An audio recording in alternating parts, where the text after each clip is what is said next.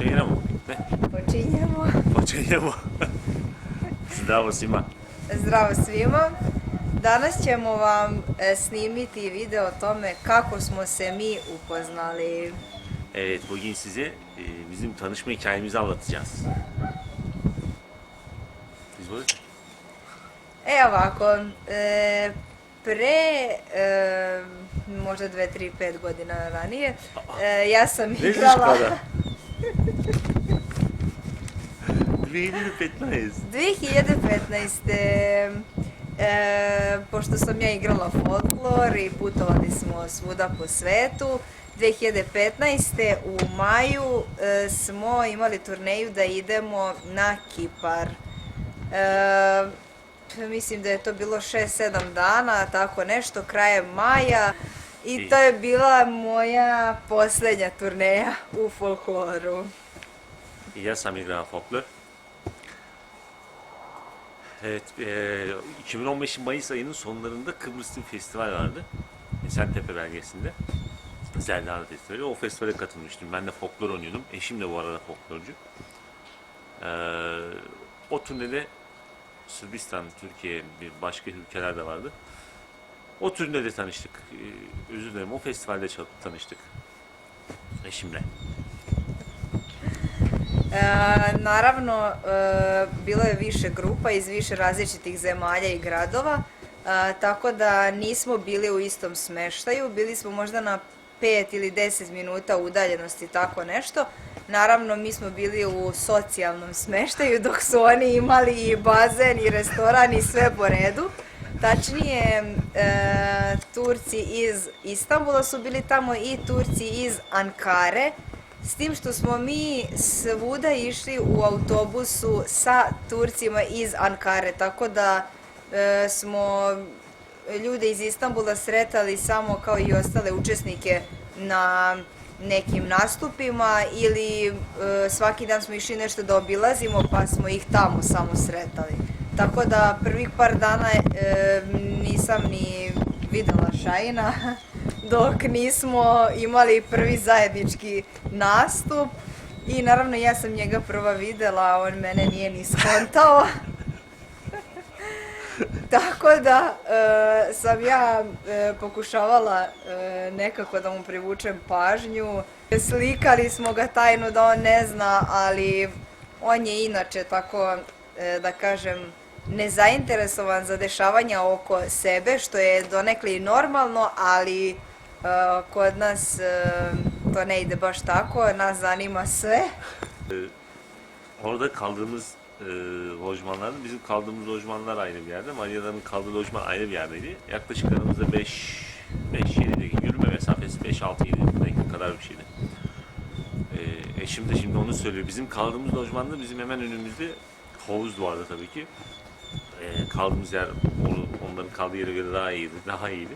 Restoran falan vardı. Onlar da tabii havuzu kullanmak için, restoranı kullanmak için hep oraya geliyorlardı. Kendisi bir de şunu söyledi.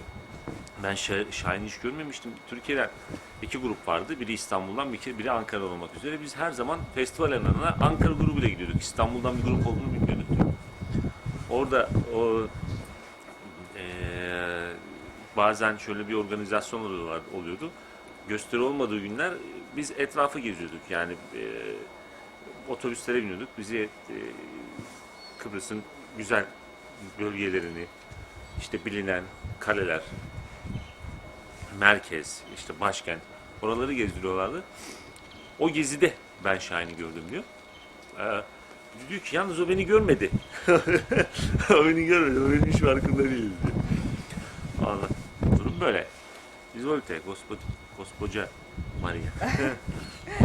Naravno, kako to već ide na festivalima, imali smo zabave, sami smo organizovali svoje žurke i tako jedno veče kad smo saznali gde su oni u stvari, u kom su smeštaju, nas par je, da kažem, otišlo na njihovu žurku. Međutim, pošto je to bilo malo baš ljudi, mi smo njih pozvali da dođu kod nas i ja sam u tom trenutku rekla jednoj drugarici sada da mi se sviđa, dopada Shine, pošto ona je jedna od retkih koja je znala engleski jezik, verovali ili ne, malo ljudi iz Turske zna engleski, tako da je nisam ona... znao engleski. Tako da je ona bila naš prevodilac za sve i svašta.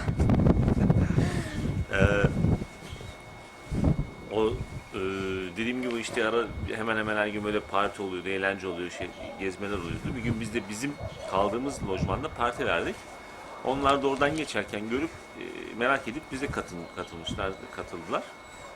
Orada biraz eğlendik. Daha sonra Maria, benim arkadaşlarım Bahar abla var içimizde büyüklerimizden. Bahar ablaya isterseniz buyurun hep birlikte bizim buraya gidelim, bizim orada da parti veriyoruz demiş, teklifte bulunuyor. Orada ilk zaten Maria'yı ben orada görüyorum. Böyle oynuyoruz, roman havası falan, ben onlara roman havası gösteriyorum falan. Ben orada gördüm tabii ilk Maria'yı. Teklifte bulunuyorlar ve biz de tabii hep birlikte teklife katılıp onların partisine gittik. Orada her şey orada gelişti işte. Bir an konuşmalar oldu. Ben tabii bu arada ben o zaman İngilizce falan bilmiyorum hiçbir şey. Hiçbir yani İngilizce sadece yes no başka bir şey yok. İngilizce bilmiyorum. Bahar ablaya söylüyor Maria. Ben de tabii Maria'yı görüyorum. Bahar abla diyor ki bak burada bir arkadaşımız var. Seninle konuşmak istiyor, seni tanımak istiyor. Ben de tabii diyorum. Konuşmaya başlıyoruz orada. Orada gelişiyor tabii olaylar. Maria devam etsin, ben yine devam edeceğim. Buyur aşkım. Anlat. Sağ ol aşkım. Rica ederim.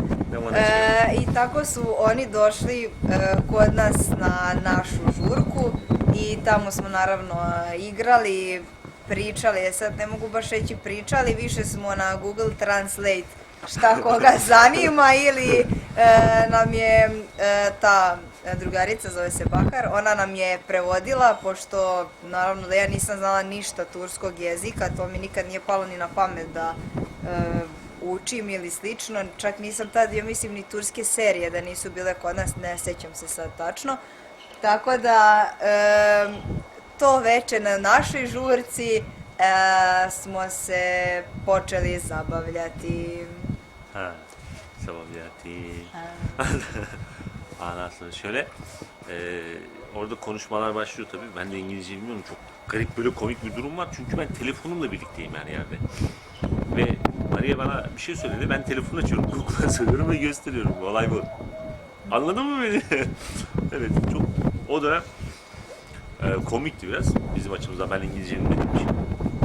Tabii şöyle bir durum da vardı yani. Herkes şöyle bir düşüncesi vardı olarak ya bu anda kalacak yani bu daha ileriye gidemez diye bir düşünce vardı. Fakat biz devam ettik. Biz devam ettik konuşmaya internetten, Facebook üzerinden. Sürekli Maria Sırbistan'a döndüğünde de konuştuk. Mesajlaştık. Ciddi bir şekilde ilerledik yani. Tabii ben de bir İngilizce kursuna yazıldım.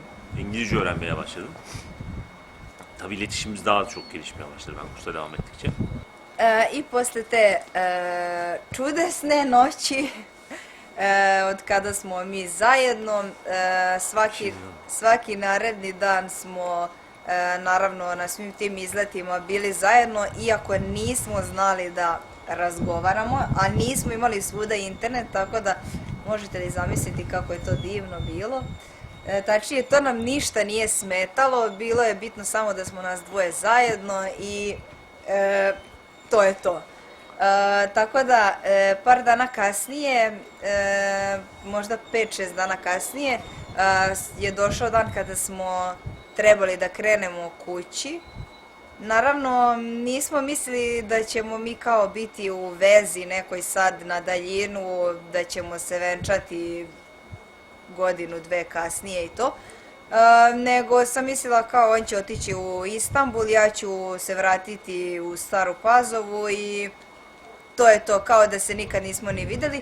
Međutim, to baš nije bilo tako jer taj, da kažem, rastanak je bio katastrofa, težak za nas.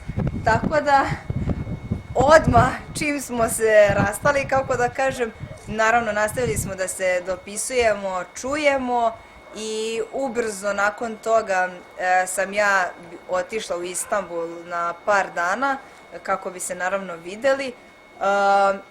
Opet Google Translate nije znao Šahin tad ni tad engleski, to je bilo možda mjesec dana posle našeg upoznavanja, tako da i dalje nismo mogli da komuniciramo kao što danas komuniciramo, ali eto, ubrzo se desilo to da je Šahin krenuo na kurs, naučio engleski, bilo nam je 100 puta lakše, viđali smo se tako što sam ja išla u Istanbul češće nego on što je dolazio ovamo, ali to je bila, da kažemo, veza na daljinu.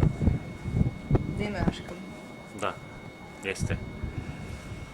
I još nešto? Volim te volim. Yani şuna varıyoruz. Aşk, gerçekten aşk kuvvetli bir şey. Aşık olduğunuz zaman hiçbir şey sorun olmuyor. Yapıyorsunuz. Tabii ki çok büyük sorunlarla karşılaşmadık. Bazı ama atlatması kolay oluyor. Yeter ki birbirinizi sevin. Evet. Evet. Ono što je Šahin sada rekao, prava ljubav nema granice.